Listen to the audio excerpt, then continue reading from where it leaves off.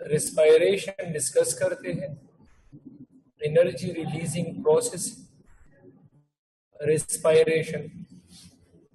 अब रेस्पायरेशन मैंने डिस्कस किया था, रेस्पायरेशन का जो फार्मूला था वो मैंने आपके साथ बिल्कुल शेयर किया था, और वो क्या है तो चलो इसको डिस्कस करते हैं। इस रेस्पायरेशन में हम एरोबिक रेस्पायरेशन को डिस्कस करेंगे।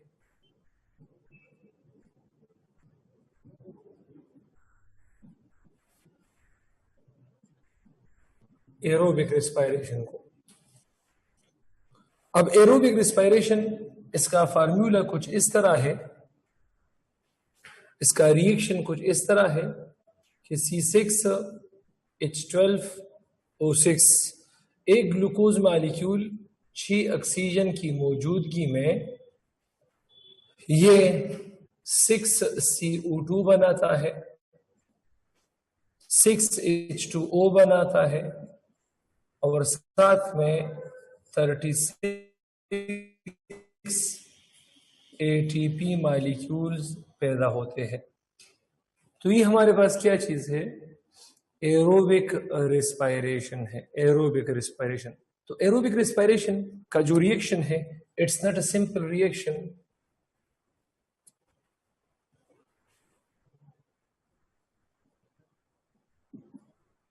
Reaction for aerobic respiration is not a simple one. ये एक simple reaction नहीं है. This reaction completes in 4 steps.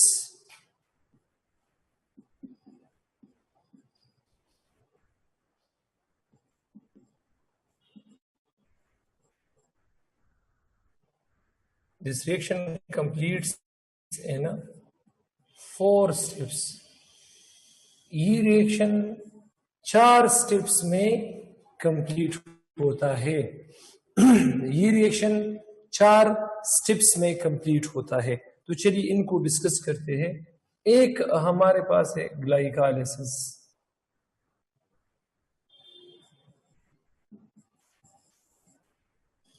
Glycolysis के बाद है लिंक रिएक्शन.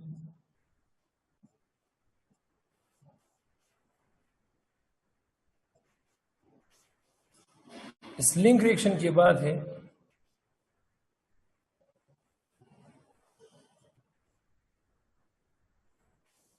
क्रेब्स साइकिल, और लास्ट में है इलेक्ट्रॉन ट्रांसपोर्ट चेन. इस तरह. तो ये जो ग्लाइकोलाइसिस है, ये इसकी जो अकरेंस है ये किधर होता है, तो ये होता है साइटोसोल में. और ये बाकी जो 3 है ये होते हैं माइटोकॉन्ड्रिया में. ग्लाइकोलाइसिस ये साइटोसोल में होता है, साइटोसोल में. और बाकी जो 3 है हमारे पास, बाकी 3 ये हमारे पास लिंक रिएक्शन, क्रेब्स साइकिल, और ये जो इलेक्ट्रॉन ट्रांसपोर्ट चेन है, तो ये माइटोकॉन्ड्रिया में होते हैं. यहां पर मैं डायरेक्ट रिएक्शन लिखता हूं कि इस तरह के ग्लाइकोलाइसिस को जब मैं कंप्लीट करूंगा तो इसमें मेरे पास 4 एटीपी बन जाएंगे, और 2 इसमें NADH2 बन जाएंगे. इस तरह लिंक रिएक्शन में एटीपी नहीं बनता, अलबत्ता 2 NADH2 बन जाते हैं. क्रेब्स साइकिल में 2 हमारे पास GTP which is equal to ATP, और हमारे पास इसमें 6 NADH2 बन जाते हैं, और साथ में 2 FADH2 भी बन जाते हैं. अब कुल मिला के अगर आप लोग देख लो, कुल मिला के, बिल्कुल कुल मिला के, तो ये तकरीबन 4 और 6, ये 6 ATP है, प्लस ये 10 NADH2 बनते हैं। एक ग्लूकोज से हलीमा साबिर, कैमरा ऑफ करें, हलीमा साबिर,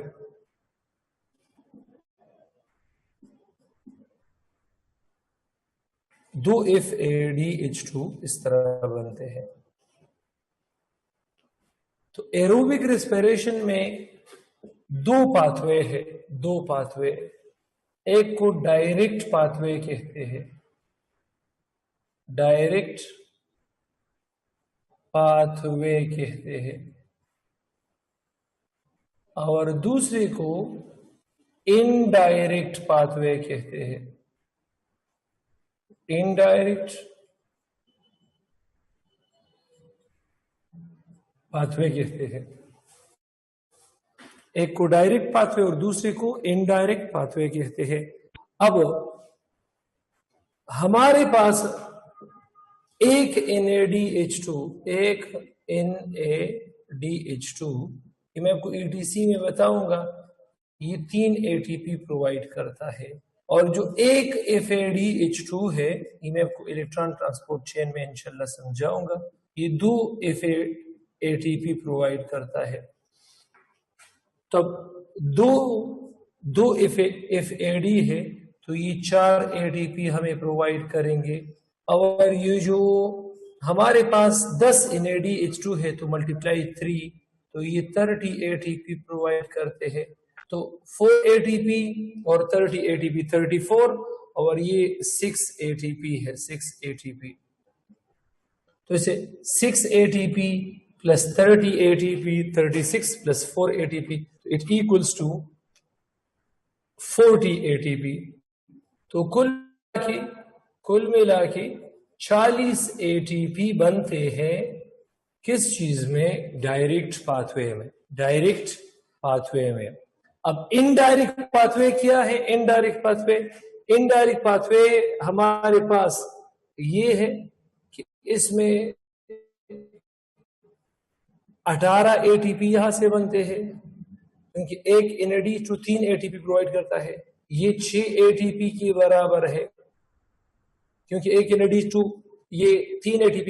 अब ग्लाइकोलाइसिस साइटोसोल में होता है, तो ये 6 ATP प्रोवाइड करेगा, लेकिन इसकी ट्रांसपोर्ट, अब साइटोसोल से NADH2, एक NADH2 को अगर मैं माइटोकॉन्ड्रिया में ट्रांसपोर्ट करूंगा तो एक ATP इस्तेमाल होता है, और अगर दूसरा NADPH2 में इस्तेमाल करूंगा तो फिर दूसरा ATP भी इस्तेमाल होता है।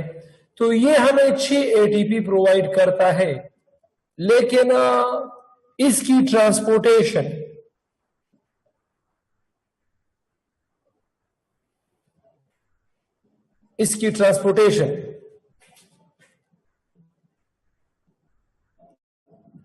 Transport of 2 NADH2 of cytosol to mitochondria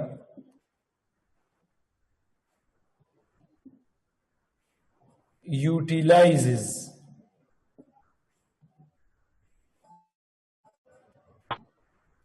ATP। ये 2 ATP यूटिलाइज करता है, तो 6 ATP minus 2 ATP equals 4 ATP। तो फिर हमारे पास ये 12 ATP और 6 ATP, और ये 6 ATP है, लेकिन ये 4 हम कंसिडर करेंगे, क्योंकि 2 ATP इस्तेमाल हो गए हैं। कहां पर इस्तेमाल हो गए? इसको हमने ट्रांसपोर्ट किया है, तो ये हमें 38 ATP प्रोवाइड करेगा। इसका कुछ मैकेनिज्म कुछ इस तरह है। अच्छा, इसका एक और चीज मैं आपको बताना चाहता हूं कि जब डायरेक्ट ATP बनता है, एक ग्लूकोज से जब डायरेक्ट ATP बनता है, तो इसको सबस्ट्रेट लेवल ATP कहते हैं।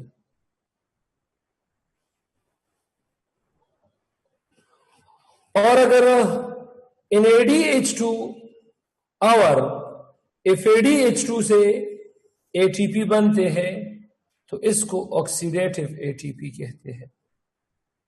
ऑक्सीडेटिव ATP किसे कहते हैं?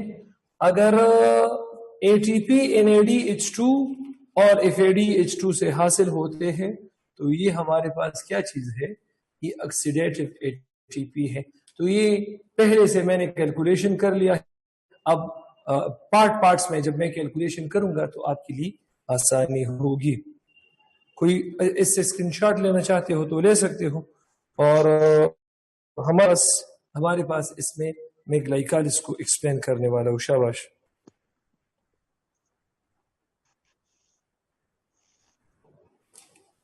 जी जी हुस्ना। वालेकुम सर। वालेकुम सलाम जी।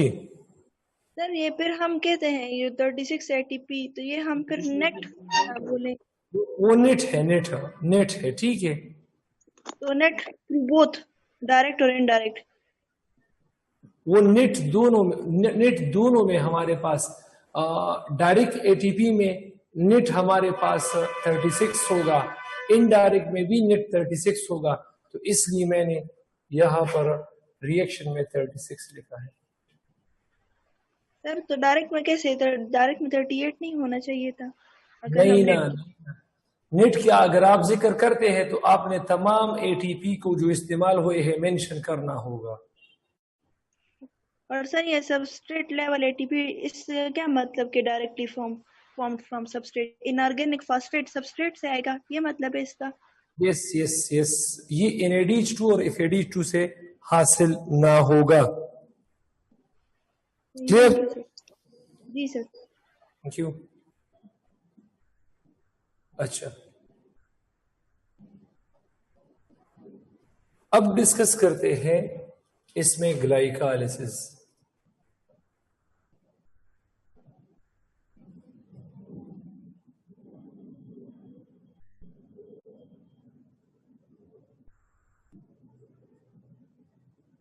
It is the breakdown of glucose, the complete breakdown of glucose molecule into two molecules of pyruvic acid.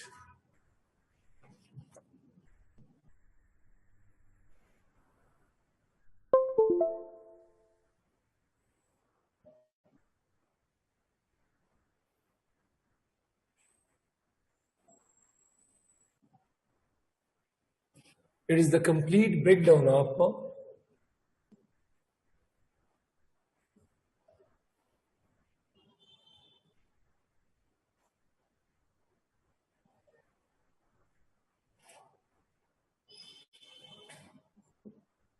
into pyruvic acids.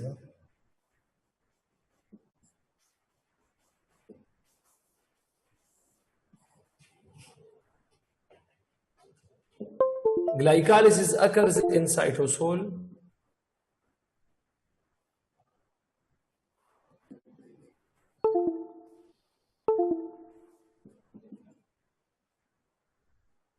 In cytosol and completes in two steps. जी एमन आसिफ। अस्सलाम वालेकुम sir. सलाम जी। सर मैंने सिर्फ ये पूछना था कि जो डायरेक्ट पाथवे में 40 ATPs बनते हैं ना और इनडायरेक्ट में 38 ATPs बनते हैं, तो ये हमारे पास ग्रॉस प्रोडक्शन है? यस, ग्रॉस प्रोडक्शन है।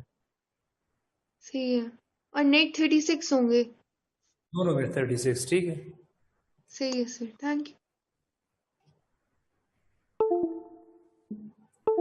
Glycolysis occurs in cytosol and completes in two steps.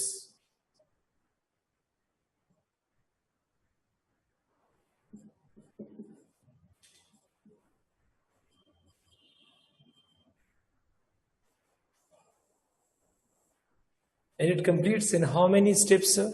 It completes in two steps. एक को हम प्रिपरेटरी फेज कहते हैं और दूसरे को हम ऑक्सीडेटिव फेज कहते हैं। तो पहला हमारे पास है प्रीपरेटरी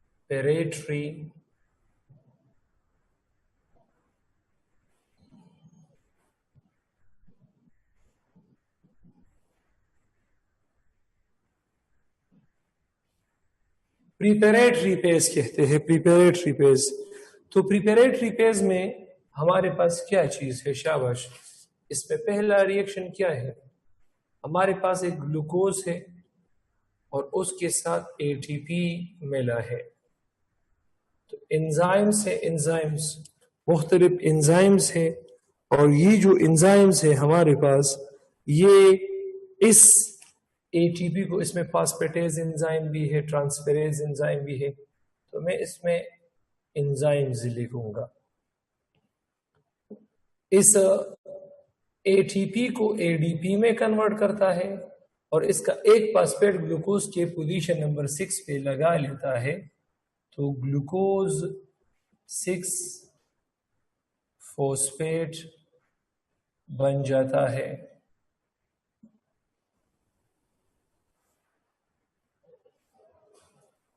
ये पहला स्टेप है।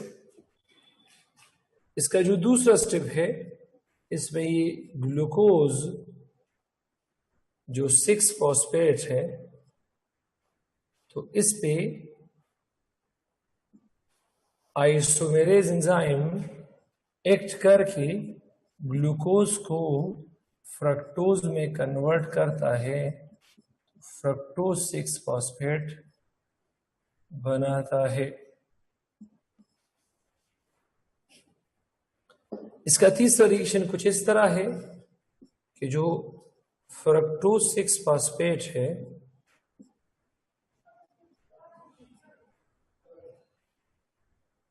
इसमें एटीपी मिल जाता है, तो एटीपी एडीपी बन जाता है। यहां पर भी एंजाइम्स है और यहां पर भी एंजाइम्स है, और वो एक एटीपी का फॉस्फेट ये फ्रक्टोज के कार्बन 1 के साथ कंपेयर होकर 1,6 फ्रक्टोज 1,6 फ्रक्टोज बाइफॉस्फेट बन जाता है।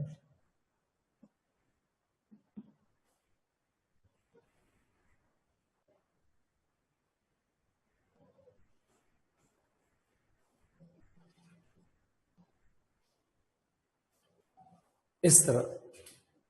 और प्रिपेरेटिव स्टेप में लास्ट वन क्या है कि हमारे पास जो 1,6 फ्रक्टोज बाइफॉस्फेट है,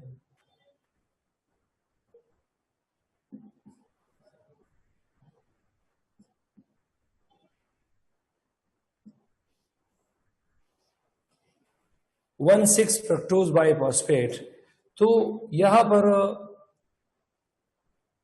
एंजाइम्स उससे 2 मॉलिक्यूल्स बनाते हैं।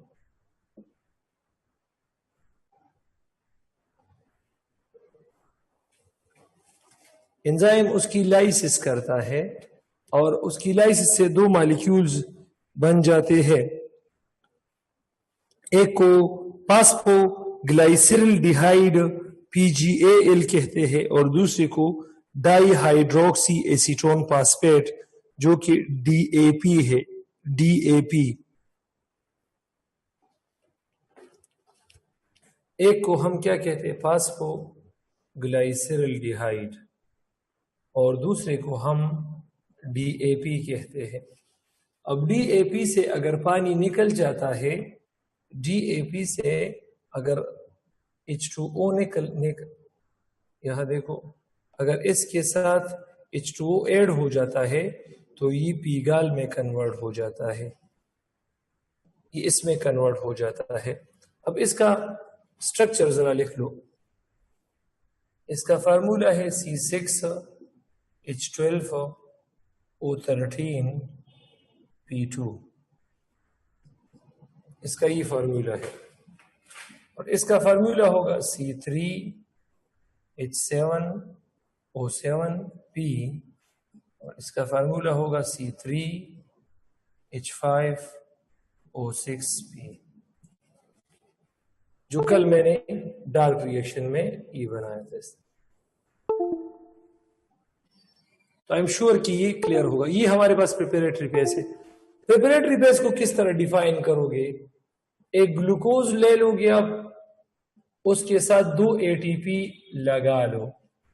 ग्लूकोज पर मैंने 2 ATPs खर्च किए हैं और इससे मैंने बनाया है एक पीगाल का मॉलिक्यूल और दूसरा dihydroxy acetone phosphate. The formation of 1 PGAL and 1 DAP from 1 glucose by the use of 2 ATP, तो इसको प्रिपरेटिव फेज ऑफ ग्लाइकोलाइसिस कहते हैं। इसमें 2 ATP यूज होते हैं और नो ATP प्रोड्यूस। एक भी ATP यहां पर पैदा नहीं हुआ है। स्क्रीनशॉट अगर लेना चाहते हो तो ले सकते हो, क्वेश्चन करना चाहते हो तो कर सकते हो, नहीं तो मैं ऑक्सीडेटिव फेज ऑफ ग्लाइकोलाइसिस को डिस्कस करने वाला हूं।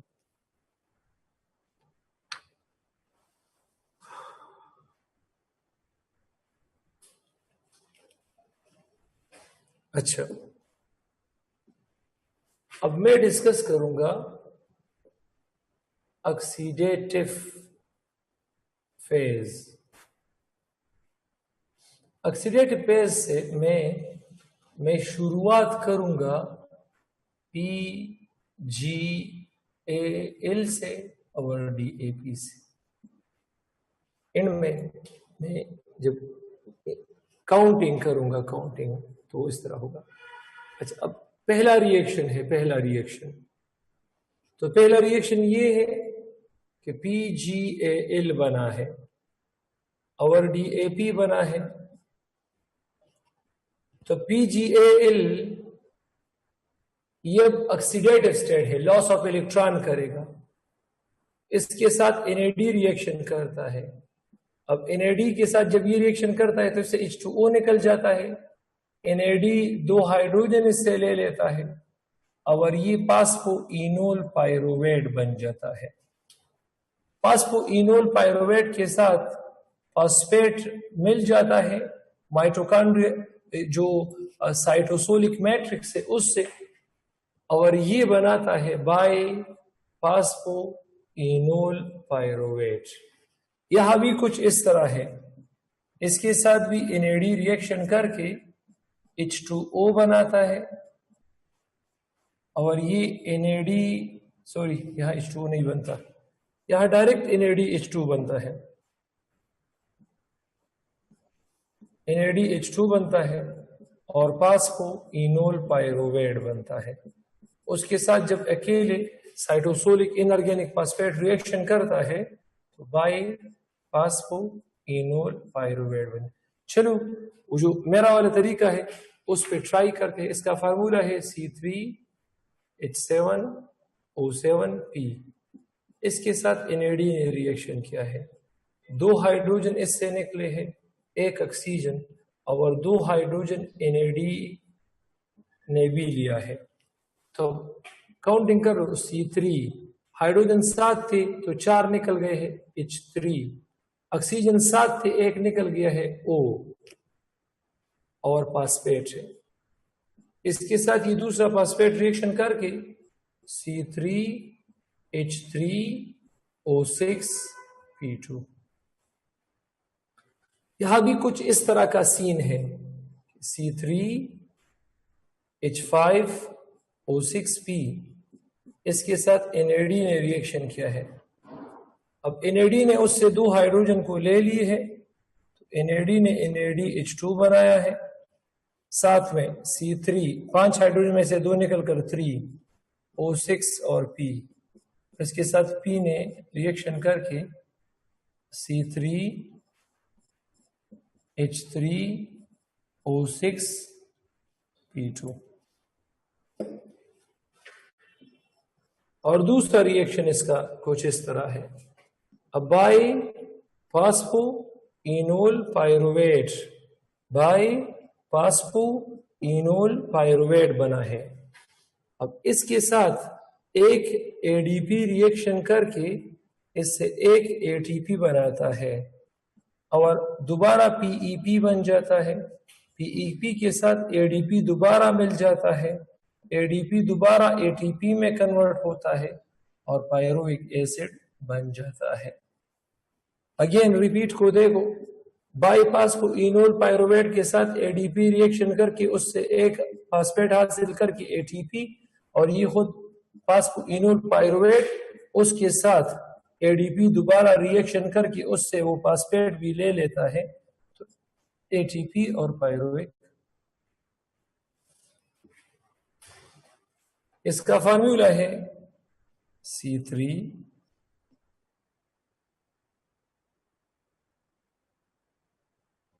इससे एक एडीपी इसके साथ रिएक्शन करके एटीपी बनाता है, इससे C3H3O6P, और इसके साथ एक एडीपी रिएक्शन करके एटीपी बनाता है और C3H3O6। इस तरह यहां भी कुछ इस C3H3O6P2 इसके साथ एडीपी ने रिएक्शन किया है, एडीपी एटीपी में कन्वर्ट होगा, और ये C3H3O6P और यह एडीपी दोबारा इसके साथ रिएक्शन करके वो एक फास्फेट भी ले लेगा और C3H3O6।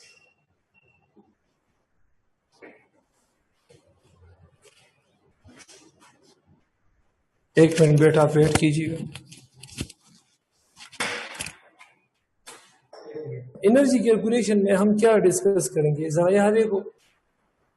अब ऑक्सीडेटिव फेज में ये जब मैंने शुरू किया तो इसमें एक NADH2 वेट हुस्ना वेट, अच्छा क्या मसला है। अब एनर्जी कैलकुलेशन करो फिर आप क्वेश्चन पूछो।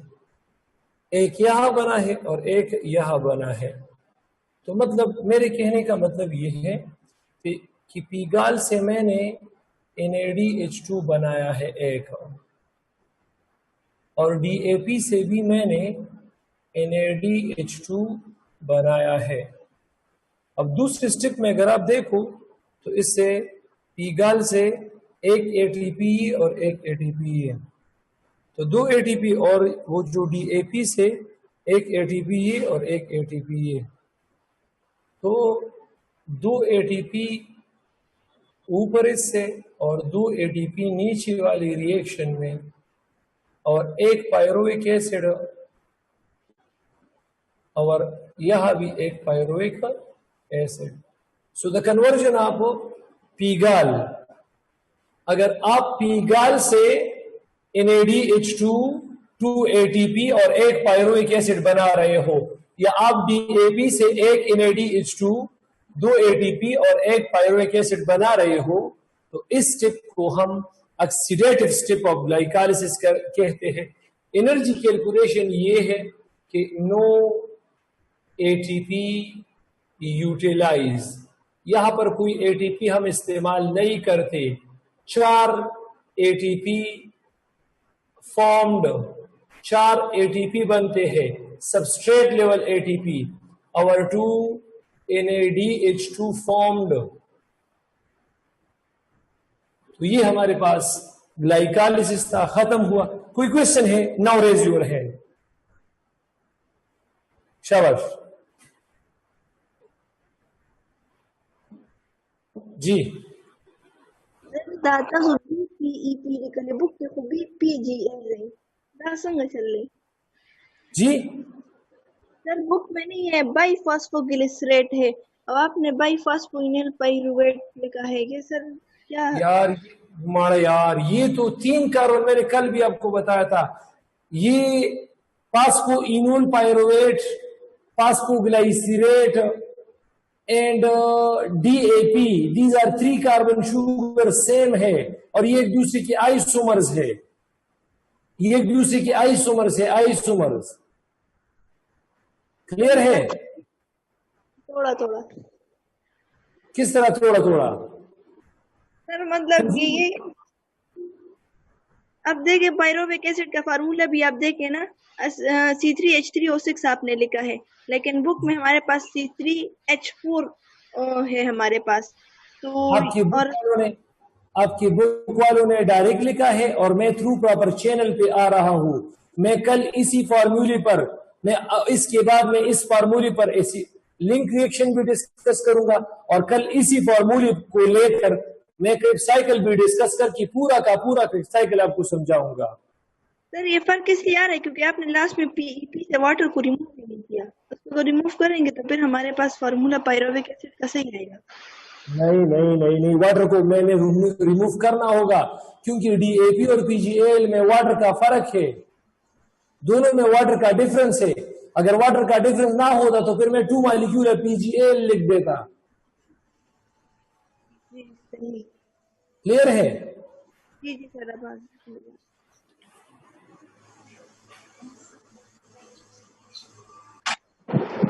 सर अस्सलाम वालेकुम। वालेकुम सलाम जी।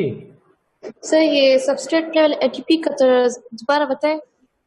जो एटीपी डायरेक्ट पैदा होता है उसको हम सबस्ट्रेट लेवल एटीपी कहते हैं। जो एटीपी डायरेक्ट पैदा होता है, अब ये देखो ना, ये हमारे पास ये एटीपी डायरेक्ट पैदा हुआ है तो इसको हम सबस्ट्रेट लेवल एटीपी कहते हैं, और ये डायरेक्ट पैदा हुआ है तो इसको हम सबस्ट्रेट लेवल एटीपी।